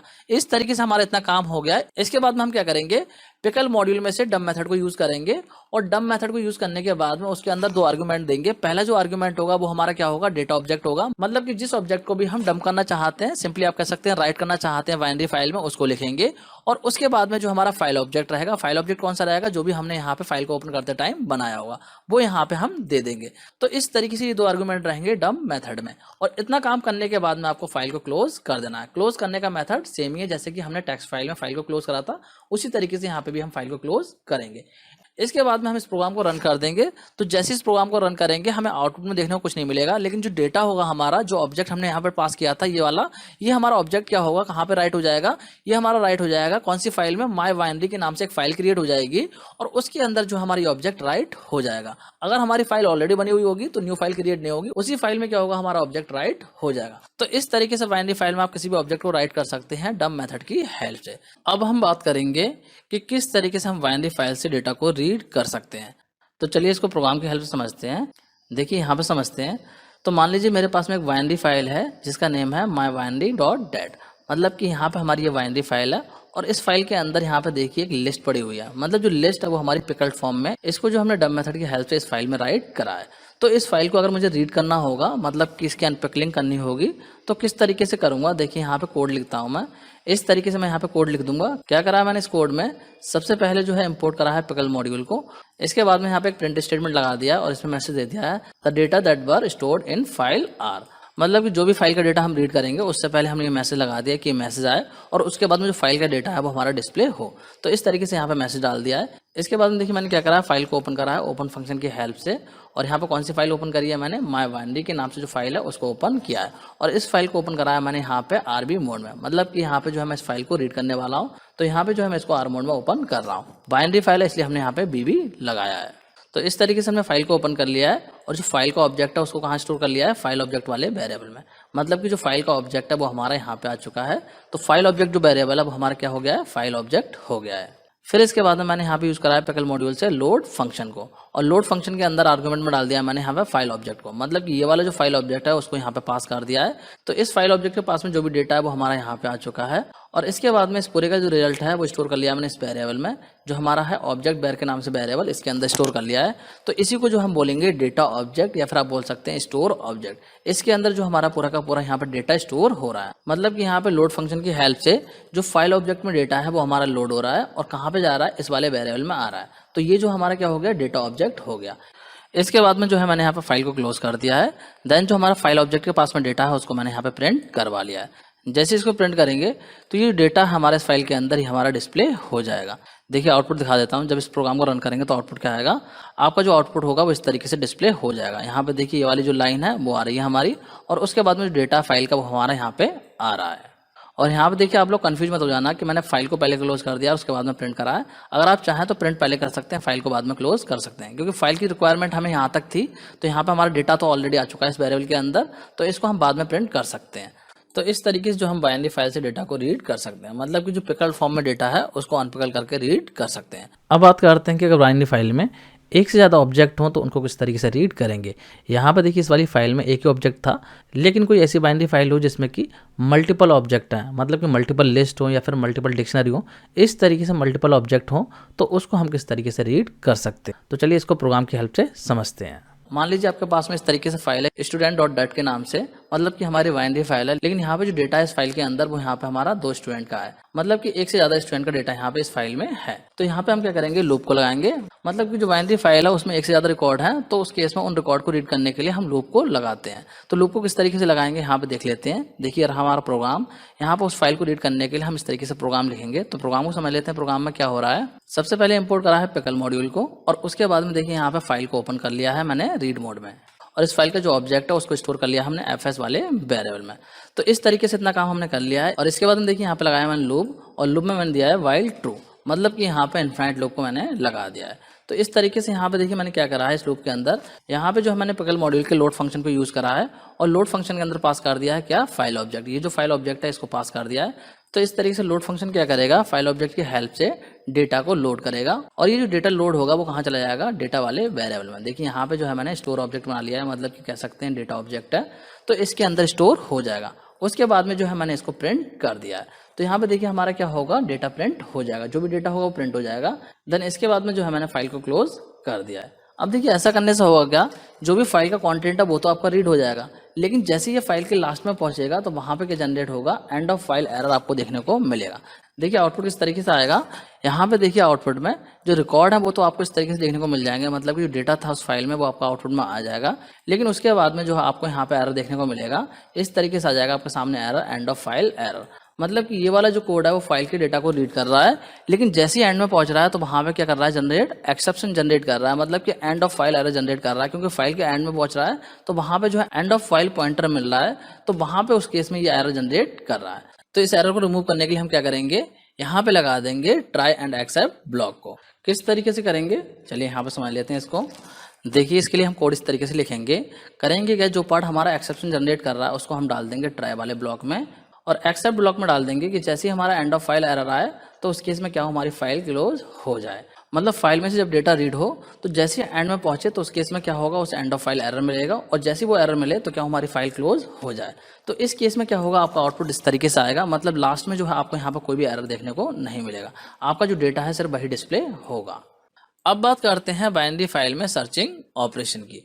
मतलब कि कोई बाइनरी फाइल आपके पास में और उसमें से आपको पर्टिकुलर डेटा को सर्च करने के लिए बोला जाए तो वो आप किस तरीके से करेंगे, उसको हम यहाँ पे देखने वाले हैं। तो चलिए सर्चिंग को एक प्रोग्राम से समझते हैं। देखिए यहाँ पे समझिए, मान लीजिए आपके पास में जो है एक बाइनरी फाइल है जिसका नेम है स्टूडेंट, और उसके अंदर इस तरीके से स्टूडेंट का डेटा है जो कि आपका डिक्शनरीज की फॉर्म में है। अब आपको बोला जाए यहाँ पे प्रोग्राम लिखने के लिए कि आपको जो है स्टूडेंट वाली फाइल में से क्या करना है, सर्च करना है रिकॉर्ड। कौन सा रिकॉर्ड करना है, जिनके रोल नंबर है 1 और 2, और जिनके भी रोल नंबर 1 और 2 हैं उन रिकॉर्ड को आपको डिस्प्ले करा देना है। तो इस तरीके से जो है आपको इस काम को करने के लिए प्रोग्राम को लिखना है। तो सिंपली जब आप इस प्रोग्राम को लिखेंगे तो आपको आउटपुट जो है वो इस तरीके से देखने को मिल जाएगा, मतलब कि रोल नंबर 1 और 2 वाले जो रिकॉर्ड हैं वो आपके डिस्प्ले यहाँ पे हो रहे हैं, बाकी रिकॉर्ड यहाँ पे डिस्प्ले नहीं हो रहा है। तो इस तरीके से आपको आउटपुट को डिस्प्ले कराना है। तो चलिए इसको समझते हैं प्रोग्राम की हेल्प से कि इस काम को हम किस तरीके से करेंगे। देखिए ये रहा प्रोग्राम। तो इस प्रोग्राम में समझते हैं कि यहाँ पे एक्चुअली में हो क्या रहा है। तो देखिए इस प्रोग्राम में मैंने करा क्या है, सबसे पहले पिकल मॉड्यूल को इंपोर्ट करा है, उसके बाद में एम्प्टी डिक्शनरी को बना लिया है, देन यहाँ पे एक वेरिएबल लिया है जिसकी वैल्यू रख दी है मैंने फॉल्स। इसके बाद में जो है मैंने यहाँ पे फाइल को ओपन कर लिया रीड मोड में, और ओपन करने के बाद जो फाइल ऑब्जेक्ट है वो हमारा कहाँ पे आ गया है, फिन वाले वेरिएबल में। मतलब फिन क्या हो गया, हमारा एक फाइल ऑब्जेक्ट यहाँ पे बन चुका है। इसके बाद में जो है मैंने यहाँ पे एक लिस्ट बनाई है जिसका नाम मैंने रखा है सर्च की, और इस लिस्ट के अंदर यहाँ पे देखिए 2 वैल्यू डाल दी है मैंने 1, 2। इस तरीके से जो है मैंने यहाँ पे एक लिस्ट बना ली है। इसके बाद में मैंने यहाँ पे ट्राई ब्लॉक डाला है, और ट्राई ब्लॉक में मैंने दिया है एक प्रिंट स्टेटमेंट, और प्रिंट स्टेटमेंट में मैंने लिख दिया है searching in the file student dot dat. मतलब कि स्टूडेंट वाली जो फाइल है उसके अंदर हम सर्चिंग कर रहे हैं, पहले ये मैसेज मिलेगा, उसके बाद में जो बाकी का कोड है वो यहाँ पे एग्जीक्यूट होगा। तो बाकी कोड मैंने क्या करा है, यहाँ पे देखिए मैंने लगा दिया वाइल लूप, और वाइल लूप में मैंने बोला है वाइल ट्रू, मतलब कि जो लूप है वो हमारा इन्फिनिटली चल रहा है, जब तक कि पूरी फाइल को रीड नहीं कर लेगा तब तक ये लूप जो है वो आपका नहीं रुकेगा। इसके बाद में देखिए मैंने क्या करा है, यहाँ पे लूप के अंदर मैंने लूप के अंदर दिया है पिकल डॉट लोड, मतलब कि लोड जो फंक्शन है उसको यूज करा है पिकल मॉड्यूल के, और लोड फंक्शन के अंदर यहाँ पे आर्गुमेंट में रख दिया है फाइल ऑब्जेक्ट। तो यहाँ पे लोड फंक्शन क्या करेगा, फाइल ऑब्जेक्ट की हेल्प से जो है यहाँ से एक एक रिकॉर्ड को क्या करेगा, यहाँ पे लोड करेगा, और जो रिकॉर्ड लोड होंगे वो कहाँ चले जाएंगे, स्टूडेंट वाले वेरिएबल में चले जाएंगे। मतलब कि एसटीओ के नाम से जो हमने यहाँ पे एम्प्टी डिक्शनरी बनाई थी उसके अंदर जो है यहाँ पे पूरी डिक्शनरी चली जाएगी, क्योंकि जब भी ये लूप चलेगा तो क्या होगा, यहाँ से एक रिकॉर्ड लोड हो जाएगा, और वो रिकॉर्ड लोड होकर कहाँ जाएगा, स्टूडेंट वाली डिक्शनरी में, मतलब कि जो एम्प्टी डिक्शनरी है इसके अंदर चला जाएगा। फिर इसके बाद मैंने यहाँ पे कंडीशन लगाई, और कंडीशन में क्या दिया है, if एसटीयू roll number in search की।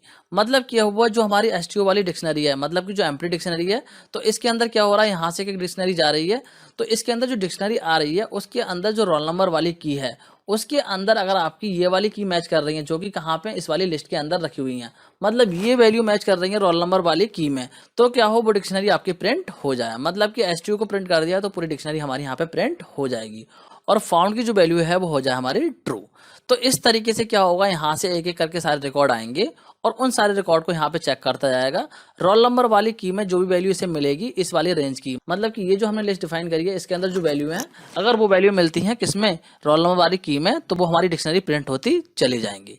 एंड इसके बाद में एक्सेप्ट ब्लॉक को डाल दिया, और यहाँ पे दे दिया मैंने एंड ऑफ फाइल एरर, मतलब कि जैसी फाइल के एंड में पहुंचे, मतलब कि end of file error generate हो, तो उस केस में क्या हो, यहाँ पे अगर फाउंड वाले वेरिएबल की वैल्यू रहती है फॉल्स, मतलब कि यहाँ पे जो वेरिएबल हमने बनाया इसकी वैल्यू अगर फॉल्स ही रहती है, तो उस केस में तो ये प्रिंट कर दे कि कोई भी रिकॉर्ड वहां पे नहीं मिला है, और अदरवाइज क्या करे, ये प्रिंट कर दे सर्च सक्सेसफुल, मतलब कि मिल जाएगा, तो क्या होगा, यहाँ पे फाउंड की वैल्यू ट्रू हो जाएगी। तो इस तरीके से क्या मैसेज आ जाएगा, सर्च सक्सेसफुल, मतलब कि जो वैल्यू है वो मिल चुकी है। तो इस तरीके से जब ये प्रोग्राम चलेगा तो आपको ये वाला आउटपुट देखने को मिल जाएगा। इस तरीके से आपकी 2 डिक्शनरी आ जाएंगी, जहाँ पे कि रोल नंबर 1 है और रोल नंबर 2 है, बाकी यहाँ पे और कोई डिक्शनरी यहाँ से प्रिंट नहीं होगी। अब बात करते हैं कि किस तरीके से हम बाइनरी फाइल को अपडेट कर सकते हैं, मतलब कि बाइनरी फाइल में अगर हमको चेंज करना है तो वो हम किस तरीके से कर सकते हैं। तो देखिए बाइनरी फाइल में चेंज करने के लिए आपको जो है फाइल पॉइंटर की एग्जैक्ट लोकेशन का पता होना चाहिए।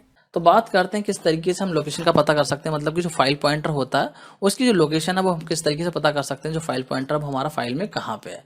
तो देखिए पाइथन जो है वो आपको प्रोवाइड करता है दो फंक्शन, जिनकी हेल्प से आप क्या कर सकते हैं, फाइल पॉइंटर के पोजीशन को मैनिपुलेट कर सकते हैं, जिससे कि आप जहाँ पे भी डेटा को राइट करना चाहते हैं वहाँ पे आप कर सकते हैं।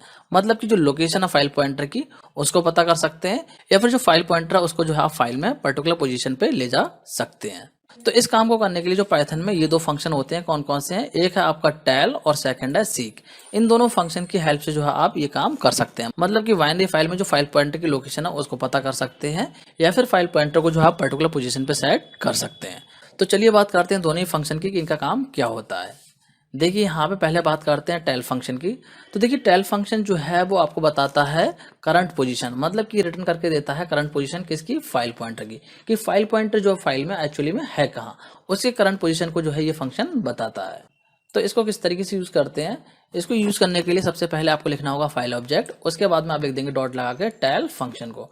तो इस तरीके से टेल फंक्शन जो है वो फाइल ऑब्जेक्ट की करंट पोजीशन को बता देगा, मतलब कि जो फाइल में फाइल पॉइंटर है उसके करंट पोजीशन ही आपको बता देगा। अब बात करते हैं सीक फंक्शन की। तो सीक फंक्शन जो है यूज होता है फाइल पॉइंटर की पोजीशन को चेंज करने के लिए, मतलब कि फाइल में अगर आपको फाइल पॉइंटर को किसी स्पेसिफाइड पोजीशन पे लेके जाना है तो वो आप करेंगे सीक फंक्शन की हेल्प से। इसकी हेल्प से आप जो है फाइल पॉइंटर को किसी स्पेसिफाइड लोकेशन पे सेट कर सकते हैं। तो चलिए अब बात करते हैं कि टेल और सीक फंक्शन का यूज करके हम किस तरीके से बाइनरी फाइल में अपडेट ऑपरेशन परफॉर्म कर सकते हैं। तो इस चीज़ को समझते हैं हम यहाँ पे एक प्रोग्राम की हेल्प से। देखिए यहाँ पे समझिए, मान लीजिए आपके पास में एक बाइनरी फाइल है स्टूडेंट के नेम से, और इस फाइल के अंदर इस तरीके से डेटा है स्टूडेंट का डिक्शनरी की फॉर्म में। अब अगर आपको बोला जाए रिकॉर्ड को अपडेट करने के लिए, प्रोग्राम को लिखने के लिए, मतलब कि जो स्टूडेंट वाली फाइल है उसके अंदर जो रिकॉर्ड है उनको आपको अपडेट करना है। और कौन से रिकॉर्ड को अपडेट करना है, आपको जो है उन रिकॉर्ड को अपडेट करना है जहाँ पे कि स्टूडेंट के मार्क्स जो है वो 81 से ज़्यादा है।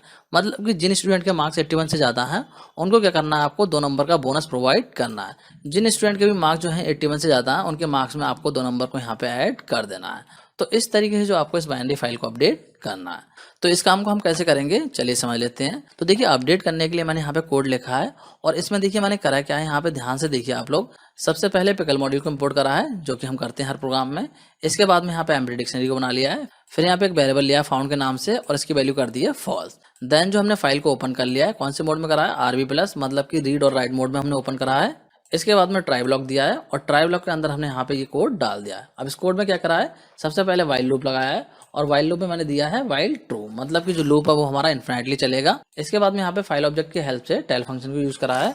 तो यहाँ पे क्या होगा, टेल फंक्शन जो है करंट पोजीशन को बता देगा किसकी, फाइल पॉइंटर की। और जो करंट पोजीशन है उसको हमने स्टोर कर लिया यहाँ पे एक वेरिएबल के अंदर, जो कि हमारा किस नाम से है, आर पॉज। मतलब कि यहाँ पे रिपोजिशन के नाम से मैंने एक वेरिएबल बनाया है, जिसको कि मैंने शॉर्ट में लिख लिया है आर पॉज। तो इस तरीके से फाइल पॉइंटर की जो करंट पोजीशन है वो हमारी इस वेरिएबल के अंदर आ चुकी है। इसके बाद में यहाँ पे पिकल मॉड्यूल के लोड फंक्शन को यूज़ करा है, और लोड फंक्शन के अंदर हमने डाल दिया क्या, फाइल ऑब्जेक्ट। तो यहाँ पे क्या होगा, लोड फंक्शन जो है फाइल ऑब्जेक्ट की हेल्प से एक एक रिकॉर्ड को यहाँ पे लोड करेगा। मतलब कि जितनी बार भी ये लूप चलेगा उतनी बार क्या करेगा, ये यहाँ पे एक रिकॉर्ड को लोड कर लेगा, और जो रिकॉर्ड लोड होगा वो कहाँ चला जाएगा, एसटीओ वाली डिक्शनरी में चला जाएगा, जो कि हमने एम्प्टी डिक्शनरी बनाई है उसके अंदर चला जाएगा। इसके बाद में हमने यहाँ पे कंडीशन लगा दी है कि जो डिक्शनरी हमारे पास में आई है, मतलब कि एम्प्टी डिक्शनरी के अंदर जो डिक्शनरी आई है यहाँ से लोड होने के बाद में, तो उस डिक्शनरी की जो मार्क्स वाली की है, अगर उसकी जो वैल्यू है आपकी 81 से ज़्यादा, तो उस केस में क्या हो, उस की में क्या हो जाए, प्लस हो जाए 2, मतलब कि 2 नंबर जो है वहाँ पे प्लस हो जाए। तो मार्क्स वाली की में जो भी वैल्यू होगी 81 से ज़्यादा, वहाँ पे क्या होगा, 2 नंबर आपके ऐड हो जाएंगे। तो इस तरीके से यहाँ पे मॉडिफिकेशन हो गया है। अब इसके बाद में देखिए मॉडिफिकेशन तो हो गया है, लेकिन जो डिक्शनरी हमारी न्यू बनी है उसको हमें दोबारा से यहाँ पे क्या करना होगा, डंप करना पड़ेगा। मतलब कि जो डेटा मॉडिफाई करा है उसको दोबारा से हमें राइट करना है। तो इस काम को करने के लिए क्या करेंगे, हम सबसे पहले तो फाइल पॉइंटर की जो पोजीशन है उसको हम यहाँ पे सेट करेंगे। तो किस तरीके से सेट करेंगे, देखिए यहाँ पे मैंने बोल दिया है फिन डॉट सीक, और सीक के अंदर रख दिया रिपोजिशन वाला वेरिएबल। मतलब कि जो वेरिएबल था हमारा जिसके अंदर हमने करंट पोजीशन को स्टोर किया था, उसको यहाँ पे रख दिया है।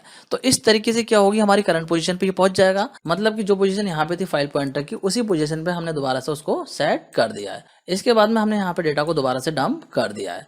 तो इस तरीके से क्या होगी, जो डिक्शनरी है हमारी वो दोबारा से यहाँ पे राइट हो जाएगी। फिर जो है फाउंड की वैल्यू कर दी हमने ट्रू, एंड इसके बाद में यहाँ पे दे दिया एक्सेप्ट ब्लॉक, और यहाँ पे हमने बोला है एक्सेप्ट क्या करो, एंड ऑफ फाइल एरर। मतलब कि जैसे ही एरर आए उस केस में क्या हो, हमारा ये वाला कोड एग्जीक्यूट हो जाए।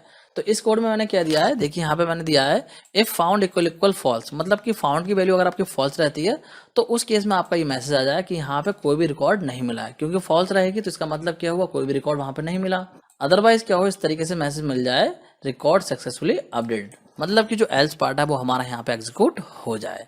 तो हमारे केस में जैसे ये कोड चलेगा हमें यहाँ पे मैसेज मिल जाएगा रिकॉर्ड सक्सेसफुली अपडेटेड, क्योंकि हमारी जो फाइल थी उसमें 2 स्टूडेंट के मार्क्स जो हैं वो 81 से ज़्यादा थे, तो इसीलिए हमें यहाँ पे इस तरीके से मैसेज देखने को मिलेगा, मतलब कि 2 स्टूडेंट के जो मार्क्स हैं वो अपडेट हो जाएंगे। तो स्टूडेंट अब जो हमने बाइनरी फाइल को पूरा डिस्कस कर लिया है, बाइनरी फाइल में हमने सारे ऑपरेशन देख लिए हैं कि बाइनरी फाइल को किस तरीके से राइट करते हैं, किस तरीके से रीड करते हैं और किस तरीके से जो है सर्च करते हैं, या फिर जो है किस तरीके से आप डेटा को अपडेट कर सकते हैं। वो सारी चीज़ें हमने बाइनरी फाइल के बारे में डिस्कस कर ली हैं। अब जो हम डिस्कस करेंगे CSV फाइल को, तो चलिए बात करते हैं कि CSV फाइल्स एक्चुअली में होती क्या है। तो देखिए CSV की फुल फॉर्म होती है कॉमा सेपरेटेड वैल्यू, और ये जो फाइल्स होती हैं वो सिंपल फाइल्स होती हैं जो कि आपके टेबुलर डेटा को स्टोर करने के लिए यूज़ होती हैं। तो यहाँ पे CSV फाइल में जो टेबुलर डेटा स्टोर होता है वो आपका प्लेन टेक्स्ट के फॉर्म में स्टोर होता है। मतलब क्या हुआ, जो भी आपका टेबल वाला डेटा होगा, जो टेबुलर डेटा होगा, उसको यहाँ पे इस फाइल में जो है प्लेन टेक्स्ट के फॉर्म में स्टोर किया जाएगा। और CSV फाइल जो है वो बहुत ही ज़्यादा यूजफुल होती हैं लार्ज अमाउंट ऑफ इन्फॉर्मेशन को स्टोर करने के लिए, मतलब कि कोई बहुत बड़ा डेटा है तो उसको स्टोर करने के लिए बहुत ही ज़्यादा यूजफुल होती हैं। तो यहाँ पे अगर हम बात करें, मान लीजिए हमारे पास में इस तरीके से यहाँ पे टेबल है, यहाँ पे आप लोग देख सकते हैं स्टूडेंट के नाम से, मान लीजिए यहाँ पे इस तरीके से मैंने टेबल क्रिएट कर रखी है। तो यहाँ पे जो डेटा है वो हमारा टेबल की फॉर्म में है। तो इस डेटा को अगर हम मान लीजिए एक्सेल की फाइल में स्टोर करते हैं तो वो जो है हमारा टेबल की फॉर्म में स्टोर होगा। अब मान लीजिए डेटा हमारा टेबल्स की फॉर्म में, अगर हम इसको CSV फाइल में स्टोर करते हैं तो किस तरीके से स्टोर होगा, यहाँ पे आप लोग देख सकते हैं CSV फाइल में जो है आपका डेटा इस तरीके से स्टोर होगा। मतलब कि यहाँ पे देखिए प्लेन टेक्स्ट की फॉर्म में जो है डेटा स्टोर हो रहा है, और जो वैल्यू है यहाँ पे वो देखिए आपकी क्या हो रही है, कॉमा से सेपरेट हो रही है, इसीलिए जो इसको बोलते हैं कॉमा सेपरेटेड वैल्यू, मतलब कि यहाँ पे जो वैल्यू है वो कॉमा से सेपरेट होती हैं। तो यहाँ पे हमारा जो डेटा है वो टेबुलर फॉर्म में ही है, लेकिन यहाँ पे CSV फाइल में जो है किस तरीके से रिप्रेजेंट हो रहा है, ये प्लेन टेक्स्ट की फॉर्म में रिप्रेजेंट हो रहा है। देखिए अगर हम बात करें, ये फर्स्ट रो है, मतलब कि जो हमारा इस टेबल का हेडर है, और यहाँ पे देखिए सेकंड रो है जहाँ पे कि हमारा डेटा है, जो वैल्यू है वो यहाँ पे कॉमा से सेपरेट हो रही है। तो इस तरीके से यहाँ पे देखा जाए तो डेटा जो है वो हमारा रो कॉलम की फॉर्म में ही रिप्रेजेंट हो रहा है, लेकिन जो डेटा है वो हमारा प्लेन टेक्स्ट की फॉर्म में है। अब बात करते हैं कि पाइथन में जो है हम किस तरीके से CSV फाइल को क्रिएट कर सकते हैं। तो देखिए पाइथन में CSV फाइल को क्रिएट करने के लिए आपको यूज़ करना पड़ेगा कि मॉड्यूल जिसका नेम होता है CSV मॉड्यूल। तो पहले डिस्कस कर लेते हैं CSV मॉड्यूल को कि एक्चुअली में CSV मॉड्यूल होता क्या है। तो देखिए पाइथन में जो CSV मॉड्यूल होता है ये आपको फंक्शनैलिटी प्रोवाइड करता है, जिसकी हेल्प से आप क्या कर सकते हैं, जो टेबुलर डेटा है उसको CSV फॉर्मेट में राइट कर सकते हैं। तो इस काम को करने के लिए ये जो मॉड्यूल है वो आपको प्रोवाइड करता है 2 ऑब्जेक्ट को, जो कि होते हैं reader and writer object. In object की हेल्प से जो आप CSV फाइल में डेटा को रीड एंड राइट कर पाते हैं। अब बात करते हैं कि इस तरीके से हम CSV फाइल को राइट करेंगे। तो देखिए CSV फाइल को राइट करना बहुत ही ज़्यादा सिंपल है। CSV फाइल को राइट करने के लिए आपको जो है, जो CSV मॉड्यूल है उसमें से जो है आपको 3 फंक्शन को यूज़ करना पड़ेगा। वो 3 फंक्शन कौन कौन से हैं? पहला है आपका राइटर फंक्शन, जिसका काम होता है राइटर ऑब्जेक्ट को रिटर्न करने का, मतलब कि राइटर ऑब्जेक्ट जो होता है वो यहाँ से रिटर्न होता है, जिसकी हेल्प से जो है आप क्या करते हैं, CSV फाइल में डेटा को राइट करते हैं। जैसे कि आप यहाँ पे एग्जाम्पल में देख सकते हैं, सबसे पहले आप क्या करेंगे, एक वेरिएबल लेंगे जिसमें कि आप जो है राइटर ऑब्जेक्ट को रिटर्न करना चाहते हैं, मतलब कि स्टोर करना चाहते हैं।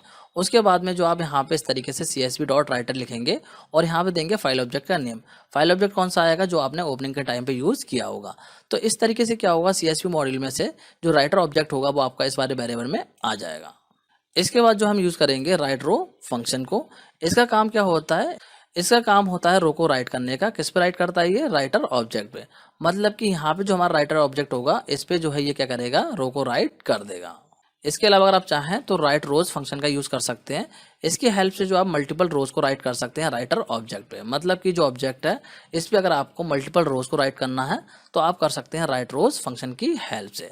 अब बात करते हैं कि किस तरीके से हम जो है फाइल को राइट करेंगे। तो चलिए यहाँ पे प्रोग्राम देखते हैं कि फाइल को राइट करने के लिए हमारा जो प्रोग्राम है वो क्या रहेगा। देखिए इस काम को करने के लिए ये रहा हमारा कोड। तो इस कोड को समझते हैं। यहाँ पे देखिए मैंने करा क्या है।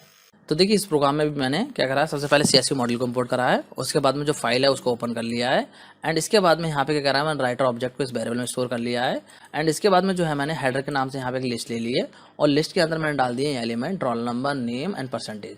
हेडर को जो है यहाँ पे मैं पहले ही डिफाइन कर दे रहा हूँ, क्योंकि जो हेडर होगा वो यूजर बार बार एंटर नहीं करेगा, क्योंकि टेबल का जो हेडर होता है वो आपका एक बार फिक्स हो जाता है, जो डेटा होगा वो बार बार एंटर होगा। तो हेडर को हमने यहाँ पे इस तरीके से लिस्ट की फॉर्म में डिफाइन कर दिया है। इसके बाद मैं यहाँ पे यूजर से रोल नंबर एंटर करवाया है, फिर नेम एंटर करवाया है, देन जो है यहाँ पे मैंने परसेंटेज को एंटर करवाया है। एंड इसके बाद में जो है इन तीनों वेरिएबल को लिस्ट के एलिमेंट के फॉर्म में यहाँ पे रख दिया है। यहाँ पे देखिए डेटा के नाम से मैंने लिस्ट क्रिएट कर ली है और ये जो वेरिएबल हैं इनको इस लिस्ट के एलिमेंट के फॉर्म में डाल दिया है। मतलब इस तरीके से यहाँ पे लिख दिया है, जो भी वैल्यू यहाँ पे एंटर होगी, यहाँ पे एंटर होगी, यहाँ पे एंटर होगी, वो कहाँ चली जाएगी, इस लिस्ट के एलिमेंट में चली जाएगी। इसके बाद में राइट रो फंक्शन की हेल्प से क्या करा है, यहाँ पे हेडर वाली रो को राइट करा है और इसके बाद में डेटा वाली रो को राइट कर दिया। मतलब कि ये जो लिस्ट है और ये वाली जो लिस्ट है इन दोनों को राइट यहाँ पे कर दिया। तो रो की फॉर्म में डेटा जो होगा CSV फाइल में राइट हो जाएगा एंड लास्ट में जो है फाइल को क्लोज कर दिया है। तो इस तरीके से जो हम इस प्रोग्राम को रन करेंगे तो आउटपुट इस तरीके देखने को मिलेगा। हम क्या करेंगे, यहाँ पे रोल नंबर को एंटर कर देंगे, नेम को एंटर कर देंगे और परसेंटेज को एंटर कर देंगे। जैसे एंटर करेंगे तो जो डेटा है हमारा वो कहाँ राइट हो जाएगा, CSV फाइल में राइट हो जाएगा। और यहाँ पे आप लोग देख सकते हैं इस तरीके से CSV फाइल में जो हमारा डेटा आ जाएगा। अब बात करते हैं कि किस तरीके से जो हम राइट रोज फंक्शन का यूज करके मल्टीपल रोज को राइट कर सकते हैं। तो चलिए यहाँ पे समझ लेते हैं प्रोग्राम की हेल्प से। ये रहा प्रोग्राम, तो चलिए प्रोग्राम को समझते हैं। तो यहाँ पे देखिए इस प्रोग्राम में मैंने करा क्या है, सबसे पहले CSV मॉडल को इंपोर्ट करा है, इसके बाद में जो है फाइल को ओपन कर लिया है और यहाँ पे जो है राइटर फंक्शन का यूज करके राइटर ऑब्जेक्ट को इस वेरिएबल में स्टोर कर लिया है। इसके बाद में देखिए मैंने यहाँ पे क्या करा है, एक नेस्टेड लिस्ट को क्रिएट करा है। मतलब कि जो लिस्ट है उसके अंदर जो एलिमेंट्स हैं उनको भी लिस्ट टाइप का रख दिया है। तो यहाँ पे देखिए मल्टीपल लिस्ट को मैंने इस तरीके से दे दिया है।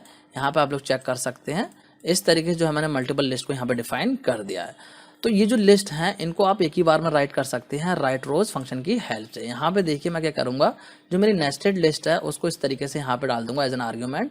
तो इससे क्या होगा, जो हमारी CSV फाइल होगी उसमें जो मल्टीपल रोज हैं यहाँ पे वो सारी एक बार में ही राइट हो जाएंगी। और इसके बाद में देखिए मैंने मैसेज दे दिया है, data has been written successfully. तो ये जो मैसेज है वो हमें देखने को मिल जाएगा जैसे ये प्रोग्राम रन होगा। यहाँ पे देखिए आउटपुट दिखा देता हूँ, इस तरीके से जो आउटपुट आ जाएगा, data has been written successfully. और जो CSV फाइल होगी उसमें जो है हमारा इस तरीके से डेटा राइट हो जाएगा। जो डेटा हमने यहाँ पे एंटर कराया वो इस तरीके से राइट हो जाएगा। यहाँ पे आप लोग देख सकते हैं मल्टीपल लिस्ट थी, तो वो जो हमारी यहाँ पे राइट हो रही है मल्टीपल रो की फॉर्म में। अब बात करते हैं कि किस तरीके से जो हम CSV फाइल को रीड करेंगे। तो चलिए इसको प्रोग्राम की हेल्प से समझते हैं। मान लीजिए हमारे पास में एक CSV फाइल है जिसका नेम है स्टूडेंट और उसके अंदर ये डेटा है। जैसे कि अभी हमने CSV फाइल को क्रिएट करा था, तो मान लीजिए उसी फाइल को अगर हमें रीड करना होगा तो हम किस तरीके से करेंगे। तो इस डेटा को रीड करने के लिए यहाँ पे कोड कैसे रहेगा, यहाँ पे देख लीजिए। ये जो हमारा कोड रहेगा, इस कोड में मैंने क्या करा है, सबसे पहले CSV मॉडल को इंपोर्ट करा है। इसके बाद में जो फाइल है उसको ओपन कर लिया है और ओपन करते टाइम आपको ध्यान रखना है, जब आप रीड कर रहे होंगे तो आपको जो है फाइल को रीड मोड में ओपन करना है। इसके बाद में CSV मॉडल के रीडर फंक्शन की हेल्प से जो हमने रीडर ऑब्जेक्ट को इस वेरिएबल के अंदर स्टोर कर लिया है। देखिए राइटिंग के टाइम पे हम क्या कर रहे थे, राइटर ऑब्जेक्ट को स्टोर कर रहे थे और रीडिंग के टाइम पे हम क्या कर रहे हैं, रीडर फंक्शन की हेल्प से रीडर ऑब्जेक्ट को यहाँ पे स्टोर कर ले रहे हैं। इसके बाद में देखिए हम क्या करेंगे, यहाँ पे जो है लूप को लगा देंगे और लूप में मैंने देखिए क्या दिया है, for I in S reader. यहाँ पे देखिए जो ऑब्जेक्ट बनाया हमने उसी को जो हमने यहाँ पे लिख दिया है, क्योंकि जो ऑब्जेक्ट है इसके पास में जो डेटा है वो हमारा लिस्ट के फॉर्म में यहाँ पे आ चुका है। क्योंकि मैंने आपको बताया था कि जो रीडर ऑब्जेक्ट होता है वो करता है क्या है, जो भी आपके फाइल का डेटा होता है उसमें से क्या करता है, डेलिमिटेड फॉर्म में जो डेटा होता है उसको हटा देता है, मतलब कि नॉर्मल फॉर्म में कर देता है, एक तरीके से इटरेबल फॉर्म में ले लेता है। तो यहाँ पे जो लिस्ट के फॉर्म में डेटा आपका आ चुका है और यहाँ पे जो लिस्ट के फॉर्म में डेटा है उसको हम इस लूप की हेल्प से इस तरीके से एक्सेस कर रहे हैं। मैंने यहाँ पे दे दिया for I in search reader. तो जो भी लिस्ट इस ऑब्जेक्ट के पास में होंगी, मतलब जो एस रीडर के नाम से ऑब्जेक्ट है इसके पास में होंगी, वो क्या होंगी, एक एक करके आई वाले वेरिएबल के पास जाएंगे और यहाँ पे जो हमने आई को प्रिंट कर दिया है तो एक टाइम में एक लिस्ट आपकी प्रिंट होती चली जाएगी। और लास्ट में देखिए यहाँ पे फाइल को क्लोज कर दिया है। तो जो हमारा आउटपुट होगा वो इस तरीके से देखिए हमें देखने को मिल जाएगा। मतलब कि यहाँ पे जो डेटा रखा हुआ है हमारा रो की फॉर्म में उसको हमने यहाँ पे इस तरीके से रीड कर लिया है। तो ये जो हमने CSV फाइल को डिस्कस कर लिया है और साथ ही जो टेक्स्ट फाइल होती हैं और बाइनरी फाइल होती हैं उनको भी हमने डिस्कस कर लिया है। मतलब कि फाइल हैंडलिंग को पूरा हमने यहाँ पे डिस्कस कर लिया है। तो स्टूडेंट आज की इस वीडियो में इतना ही। Thanks for watching.